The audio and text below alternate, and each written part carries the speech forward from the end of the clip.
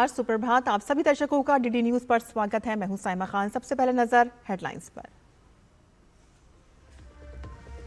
प्रधानमंत्री नरेंद्र मोदी आज बिहार और पश्चिम बंगाल के दौरे पर 18,000 करोड़ रुपए से अधिक की विकास परियोजनाओं की करेंगे शुरुआत।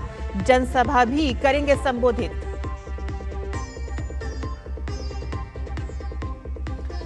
बिहार एसआईआर पर सुप्रीम कोर्ट में आज की सुनवाई से पहले चुनाव आयोग ने दाखिल की स्टेटस रिपोर्ट। कहा कि ड्राफ्ट लिस्ट से बाहर रहने वाले 65 लाख लोगों की सूची हुई सार्वजनिक।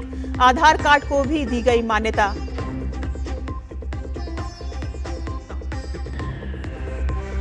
दिल्ली एनसीआर के आवारा कुत्ते शेल्टर होम में रहेंगे या सड़कों पर? सुप्रीम कोर्ट की 3 जजों की बेंच सुनाएगी आज फैसला।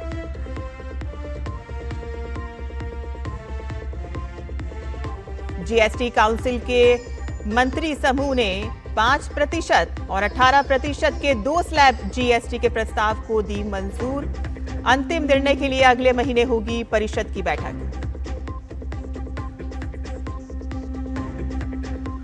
एशियन शूटिंग चैंपियनशिप में भारतीय निशानेबाजों का जबरदस्त प्रदर्शन। Air rifle men's team event में भारत ने चीन को पिछाड़कर गोल्ड पर साधा निशाना।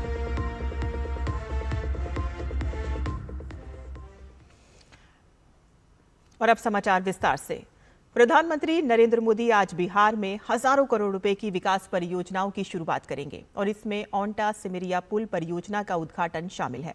ये पुल मोकामा और बेगूसराय को जोड़ेगा, जिससे उत्तर और दक्षिण बिहार के बीच आवागमन आसान हो जाएगा। कनेक्टिविटी में सुधार की अपनी प्रतिबद्धता के अनुरूप प्रधानमंत्री नरेंद्र मोदी राष्ट्रीय राजमार्ग 31 पर 8.15 किलोमीटर लंबी मोकामा के ओंटा से सिमरिया बेगूसराय पुल परियोजना का उद्घाटन करेंगे, जिसमें गंगा नदी पर 1,870 करोड़ रुपए से अधिक की लागत से निर्मित 1.86 किलोमीटर लंबा 6 लेन वाला पुल भी शामिल है। ये पटना के मोकामा और बेगूसराय के बीच सीधा संपर्क प्रदान करेगा। ये पुल केवल देखने में जापान जैसा नहीं लगता है, बल्कि मेरी जानकारी में देश में गंगा पर पहला 6 लेन पुल है। माननीय प्रधानमंत्री जी ने 2017-18 में इसका शिलान्यास किया और अभी इसका उद्घाटन हो रहा है। ये पूरे नॉर्थ ईस्ट को और पूरे इधर उत्तर प्रदेश का है या दिल्ली, सबको जोड़ने वाला ये पुल है।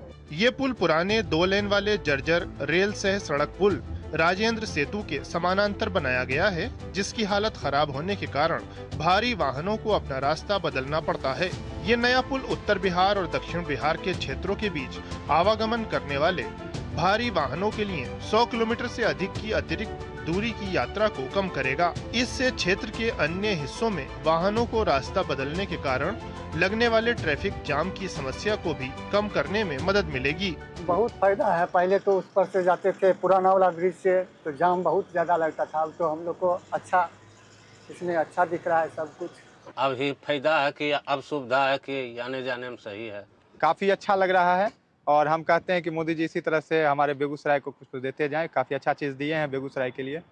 भारी लाभ पहुंचाया है, इसलिए मैं माननीय प्रधानमंत्री को बहुत बहुत धन्यवाद देता हूं।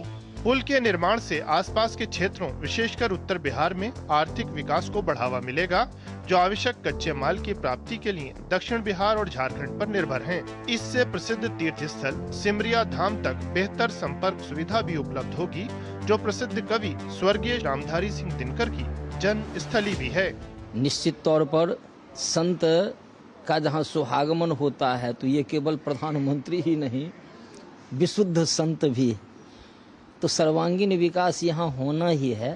प्रधानमंत्री लगभग 1,900 करोड़ रुपए की लागत से राष्ट्रीय राजमार्ग 31 के बख्तियारपुर से मोकामा तक 4 लेन वाले खंड का भी उद्घाटन करेंगे, जिससे भीड़ भाड़ कम होगी, यात्रा में समय कम लगेगा और यात्रियों के आवागमन और माल ढुलाई में आसानी होगी। गंगा पर बने इस 6 लेन ब्रिज ने कहीं न कहीं बिहार की तरक्की की इबारत लिखनी शुरू कर दी है, क्योंकि न सिर्फ यह ब्रिज उत्तर बिहार और दक्षिण बिहार को जोड़ेगा, बल्कि पूर्वोत्तर के राज्यों तक इस ब्रिज की पहुंच होगी, जिससे उद्योग, व्यापार, धंधे जहां सर चढ़कर बोलेंगे, वहीं नेपाल तक की यात्रा भी सुगम हो जाएगी। कैमरामैन राधे कृष्ण और अपने सहयोगी निश्चल के साथ राजेश राज, डीडी न्यूज, सिमरिया, बेगूसराय। प्रधानमंत्री मोदी आज बिहार के गया में हजारों करोड़ की विकास परियोजनाओं का शुभारंभ और शिलान्यास करेंगे और इनमें बिजली, सड़क, स्वास्थ्य, शहरी विकास और जल आपूर्ति से जुड़ी महत्वपूर्ण परियोजनाएं शामिल हैं।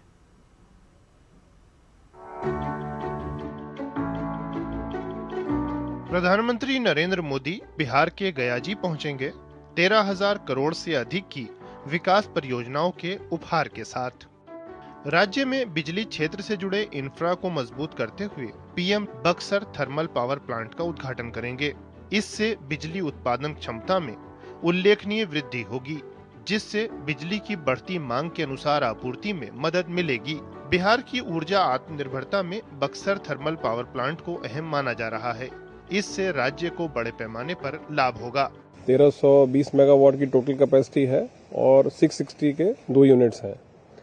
इसकी जो लागत है अप्रॉक्सीमेटली 14,000 करोड़ के आसपास है और इससे जो बिजली पैदा होगी अराउंड 9850 मिलियन यूनिट्स रहेगी, जिसकी 85% जो पावर है वो बिहार सरकार को जाएगी।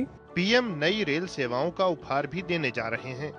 पीएम 2 ट्रेनों को हरी झंडी दिखाएंगे। इनमें गया और दिल्ली के बीच अमृत भारत एक्सप्रेस सेवा और वैशाली और कोडरमा के बीच बौद्ध सर्किट ट्रेन सेवा शामिल है। बौद्ध सर्किट ट्रेन सेवा से प्रमुख बौद्ध स्थलों में पर्यटन और धार्मिक यात्रा को बढ़ावा मिलेगा। पीएम कय्यन ने विकास परियोजनाओं की शुरुआत के साथ साथ एक विशाल जनसमूह को संबोधित भी करेंगे। पीएम नरेंद्र मोदी का आगमन मगध की धरती गयाजी पर होने जा रहा है। यहाँ 13,000 करोड़ रुपए से अधिक की विद्युत, सड़क, रेलवे, आवास, ग्रामीण एवं शहरी अवसंरचना, कैंसर केयर और एकीकृत नदी संरक्षण परियोजनाओं का शिलान्यास, उद्घाटन, फ्लैग ऑफ एवं गृह प्रवेश किया जाएगा। कैमरामैन विनोद के साथ कुमार आलोक, डीडी न्यूज, गयाजी। और सिर्फ बिहार ही नहीं, आज पश्चिम बंगाल के लिए भी बड़ा दिन है। प्रधानमंत्री नरेंद्र मोदी आज बिहार के बाद कोलकाता में होंगे, जहां वो 5,200 करोड़ रुपए से अधिक के डेवलपमेंट प्रोजेक्ट की शुरुआत करेंगे। देखिए ये रिपोर्ट।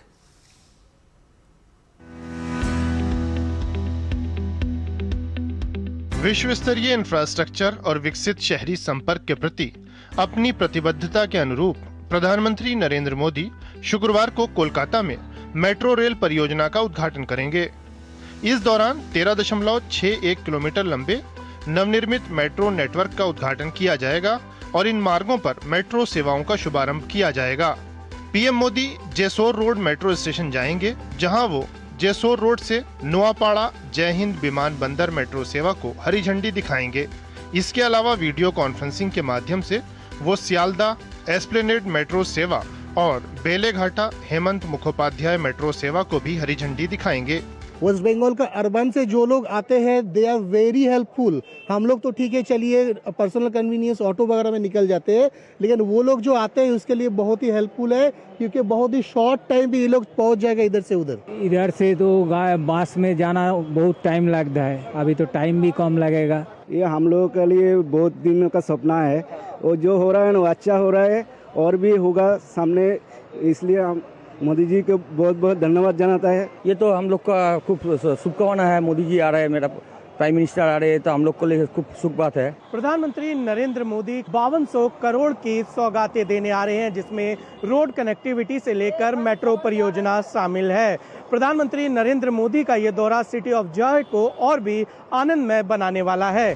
क्षेत्र में सड़क इंफ्रास्ट्रक्चर को बढ़ावा देने के लिए प्रधानमंत्री 1,200 करोड़ रुपए से अधिक की लागत वाले 7.2 किलोमीटर लंबे 6 लेन वाले एलिवेटेड कोना एक्सप्रेसवे की आधारशिला रखेंगे।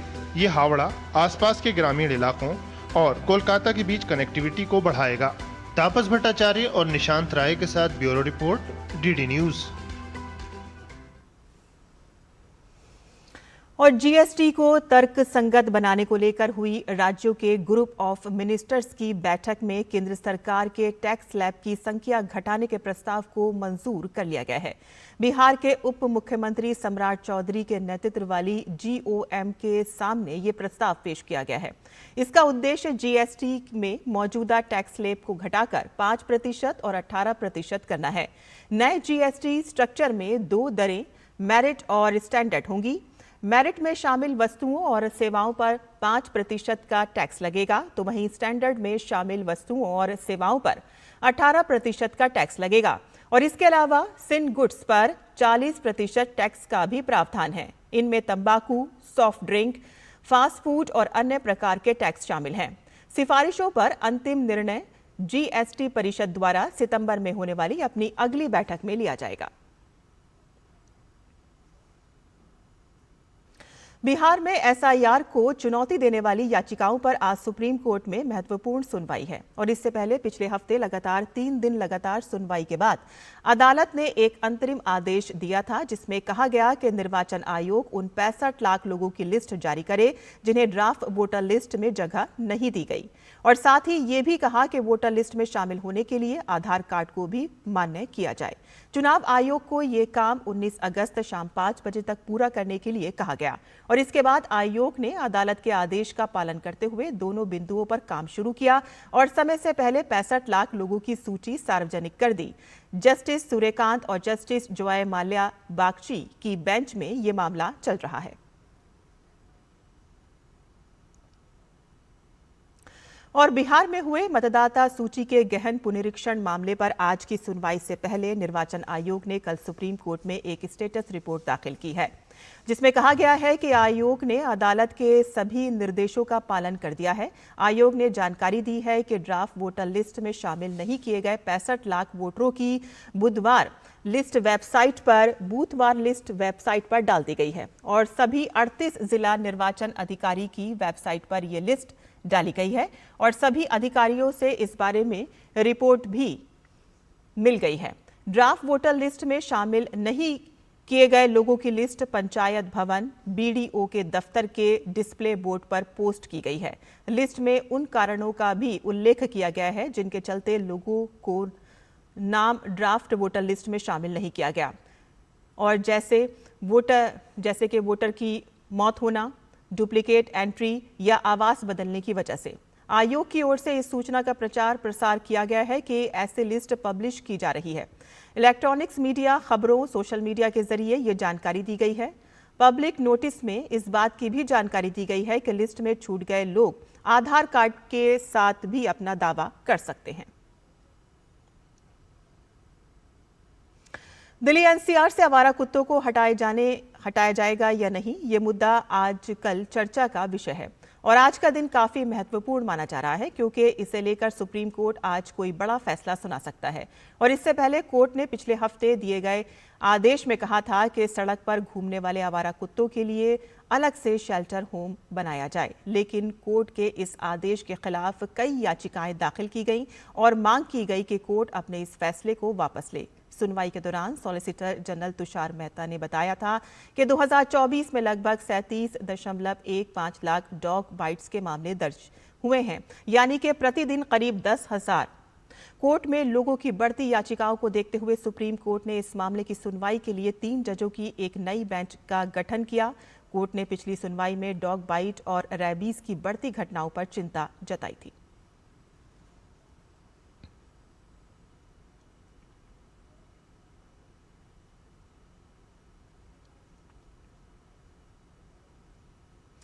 पश्चिम बंगाल में मतदाता सूची में गड़बड़ी के आरोप में राज्य सरकार ने आखिरकार 2 ईआरओ और 2 एईआरओ को निलंबित कर दिया और किसी के खिलाफ कोई प्राथमिकी दर्ज नहीं की गई है। पश्चिम बंगाल सरकार ने चुनाव आयोग के आदेश के केवल एक हिस्से पर अमल किया है।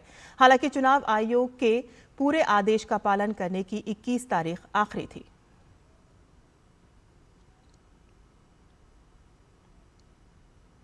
केंद्रीय कपड़ा मंत्री गिरिराज सिंह ने हथकरघा और हस्तशिल्प के निर्यात को नई ऊंचाइयों तक ले जाने की जरूरत पर बल देते हुए मंत्रालय की तरफ से विकसित शिल्प परिसर कुंज का उद्घाटन किया। देश में करीब 1 करोड़ लोग हथकरघा और हस्तशिल्प क्षेत्र से जुड़े हुए हैं। कुंज सिर्फ व्यापार का केंद्र नहीं है, बल्कि ये भारतीय हस्तशिल्प और हथकरघा की विविध विरासत का जश्न मनाने और उसे बढ़ावा देने के लिए एक समर्पित स्थल है। देखिए हमारी ये विशेष रिपोर्ट। केंद्रीय कपड़ा मंत्री गिरिराज सिंह ने बृहस्पतिवार को हथकरघा और हस्तशिल्प के निर्यात को नई ऊंचाइयों तक ले जाने की जरूरत पर बल देते हुए मंत्रालय की तरफ से विकसित शिल्प परिसर द कुंज का उद्घाटन किया। इस मौके पर केंद्रीय मंत्री ने कहा कि देश में करीब 1 करोड़ लोग हथकरघा और हस्तशिल्प क्षेत्र से जुड़े हुए हैं। कुंज सिर्फ व्यापार का केंद्र नहीं है, बल्कि यह भारतीय हस्तशिल्प और हथकरघा की विविध विरासत का जश्न मनाने और उसे बढ़ावा देने के लिए एक समर्पित स्थल है। इस अवसर पर 3 महीने के क्यूरेटेड रिटेल कम प्रदर्शनी कार्यक्रम की भी शुरुआत हुई। गांव से ग्लोबल ले जाने का ये प्लेटफॉर्म कुंज को बनाया है। मेरा मानना है कि देश में लगभग 1 करोड़ लोग हैंडलूम और हैंडीक्राफ्ट से जुटे हैं और ये 1 करोड़ लोग देश के गांव के कस्बे से लेके शहर तक है। और मेरा मानना है कि ये कुंज भवन देश का सबसे पहला जिससे गांव से ग्लोबल तक ले जाने का काम करे। देश भर के क्षेत्रीय समुदाय से आई यह हस्तकार अपने हाथों के ताने बाने से अपनी सदियों पुरानी कहानी बयान कर रहे हैं। इनकी सांस्कृतिक अभिव्यक्ति ही इनकी पहचान है। जैसे मैं 6th जनरेशन उस काम में, तो पहले जो आइवरी में करते थे, लेकिन 88 के बाद जब गवर्नमेंट ने आइवरी बैन करा तो मेरे फादर ने इसका सब्स्टिट्यूट निकाला, ये बोन, कैमल बोन है।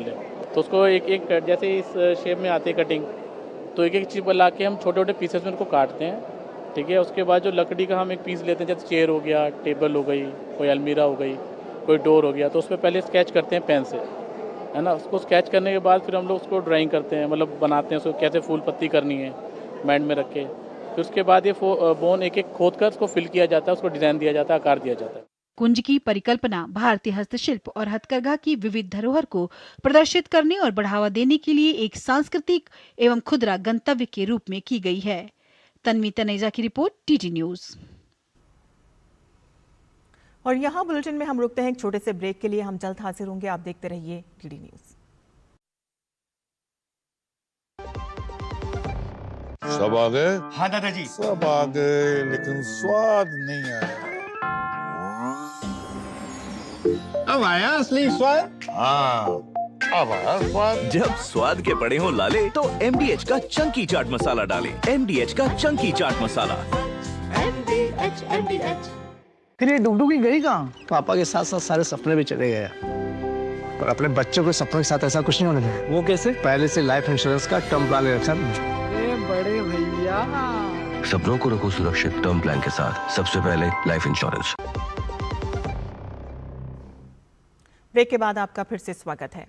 इजराइल के प्रधानमंत्री बेंजामिन नेतन्याहू ने हमास के साथ युद्ध खत्म करने के लिए सीज फायर वार्ता शुरू करने का ऐलान किया है और साथ ही गाजा में सभी बंधकों की रिहाई सुनिश्चित करने की भी घोषणा की है। लेकिन नेतन्याहू ने संकेत दिया है कि संघर्ष विराम केवल उन्हीं शर्तों पर होगा जो इजराइल के लिए स्वीकार्य होंगे। ये नेतन्याहू की मिस्र और कतर द्वारा प्रस्तावित अस्थायी संघर्ष विराम पर पहली प्रतिक्रिया है, जिसे हमास ने स्वीकार कर लिया था। इजराइल जल्द ही वार्ता के लिए अपने प्रतिनिधियों को भेजेगा। गाजा डिवीजन में सैनिकों को संबोधित करते हुए नेतन्याहू ने बताया कि उन्होंने गाजा सिटी पर कब्जा करने और हमास को पराजित करने के लिए सैन्य योजना को मंजूरी दी है और साथ ही उन्होंने कहा है कि गाजा सिटी पर नियंत्रण स्थापित करना और हमास को पूरी तरह से परास्त करना ही इजरायली सेना का प्रमुख लक्ष्य है। पाकिस्तान के कराची में एक पटाखा कारखाने में हुए धमाके में 34 लोगों के घायल होने की सूचना है। ये धमाका इतना तेज था कि पड़ोस में मौजूद दुकानों के शीशे टूट गए और जिसके बाद कई छोटे धमाके भी हुए। पुलिस अधिकारी सुमैया तारिक ने बताया है कि 34 लोगों को अस्पताल में भर्ती कराया गया है, जिसमें 4 लोगों की हालत गंभीर है।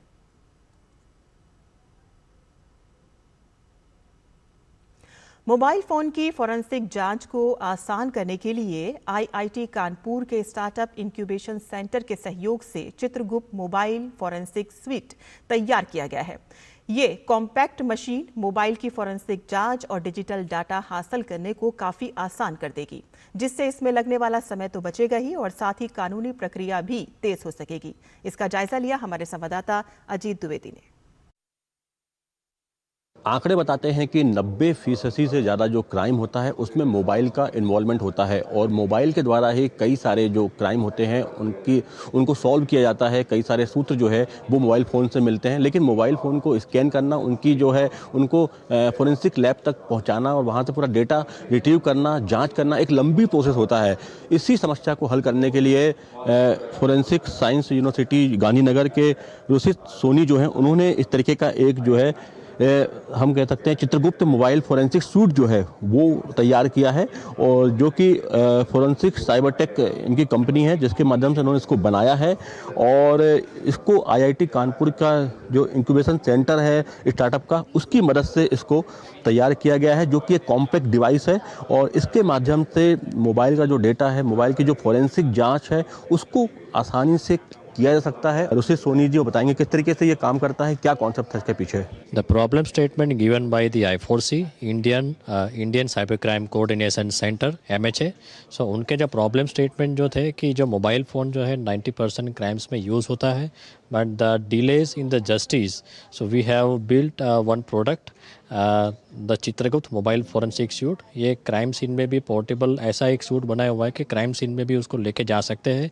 किसी भी तरीके के एंड्रॉयड डिवाइस और आईफोन डिवाइस को इसके अंदर फोरेंसिक बैकअप किया जा सकता है। Very useful to take the backup from the cloud application, और क्लाउड एप्लीकेशन ही नहीं, एनक्रिप्टेड एप्लीकेशंस है, जितने भी सोशल मीडिया एप्लीकेशंस है, जितने भी हिडन एप्लीकेशंस है, सो वो आइडेंटिफाई करके उसका फॉरेंसिक बैकअप करने में it will be very useful. हम इसको ये कह सकते हैं कि ये चलती फिरती जो है मोबाइल की फोरेंसिक लैब है, तो जिसके माध्यम से जो मोबाइल है उसका डेटा हम पूरी तरीके से स्कैन कर सकते हैं, उसकी जांच कर सकते हैं और तमाम तरह की जो उसमें जानकारियां हैं उनको हासिल किया जा सकता है। साथ ही जो डिजिटल फुटप्रिंट्स हैं उसको भी हासिल किया जा सकता है। राइट, तो उसके बाद ये डेटा को एक बैकअप करेगा, बैकअप करने के बाद ऑन द स्पॉट वो डेटा को एनालाइज भी कर सकते हैं। We have used some AI modules to find the data like image classifications। और ये बहुत ही कॉम्पैक्ट एक डिवाइस है, बहुत ही आसान ये उपकरण है जो कि मोबाइल की फोरेंसिक जांच में काफ़ी मददगार साबित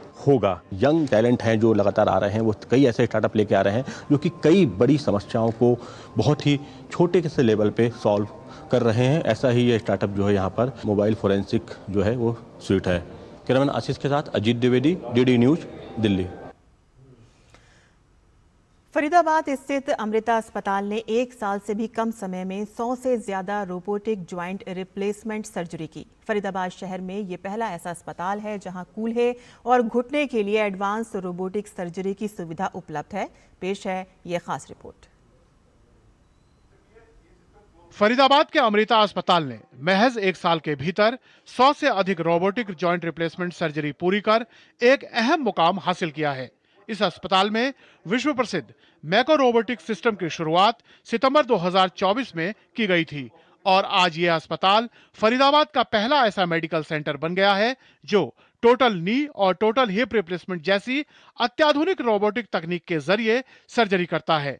इसके जो ऐसे पॉइंट जो और जगह नहीं है, एक तो ये नी हिप की दोनों की सर्जरीज करता है जो और सिस्टम में नहीं है।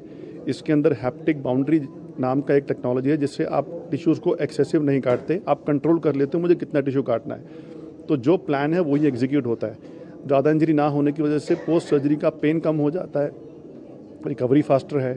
कुछ लैंडमार्क्स हैं पेशेंट के, जैसे सीढ़ी कब चढ़ता है, वॉकर कब छोड़ता है, ये जल्दी आते हैं और पेशेंट इंडिपेंडेंट जल्दी हो पाते हैं। यह है 76 साल के श्यामलाल बंसल। श्यामलाल को घुटने की समस्या थी, चलने फिरने में परेशानी हो रही थी। श्यामलाल ने अपने घुटने की रोबोटिक जॉइंट रिप्लेसमेंट सर्जरी कराई और अब पूरी तरह से अपने पैरों पर चल रहे हैं। मैं चलता था, मेरे से चला नहीं जाता था, मेरा जैसे ना वो ऐसे ऐसे हिलता ऐसे मेरा हो रहा था और मैं ज़्यादा वॉक नहीं कर सकता। थोड़ी देर बाद टायर्डनेस हो जाती, थक जाता था, बैठ जाता था। अब सर्जरी के बाद अब मेरे को 5 महीने हो गए सर्जरी करवाए हुए। मेरे पहली बात तो यह है, मेरे एक दिन भी पेन नहीं हुआ फ्रॉम दी वेरी बिगनिंग। पहले दिन फर्स्ट डे भी पेन नहीं हुआ। और उसके बाद 15 दिन के बाद जब मैं डॉक्टर साहब को दिखाने के लिए आया तो मैं विदाउट स्टिक विदाउट वॉकर इनके ऑफिस में मैं पैदल चल के गया। पिछले 6 दशकों में जॉइंट रिप्लेसमेंट सर्जरी ने लंबा सफर तय किया है।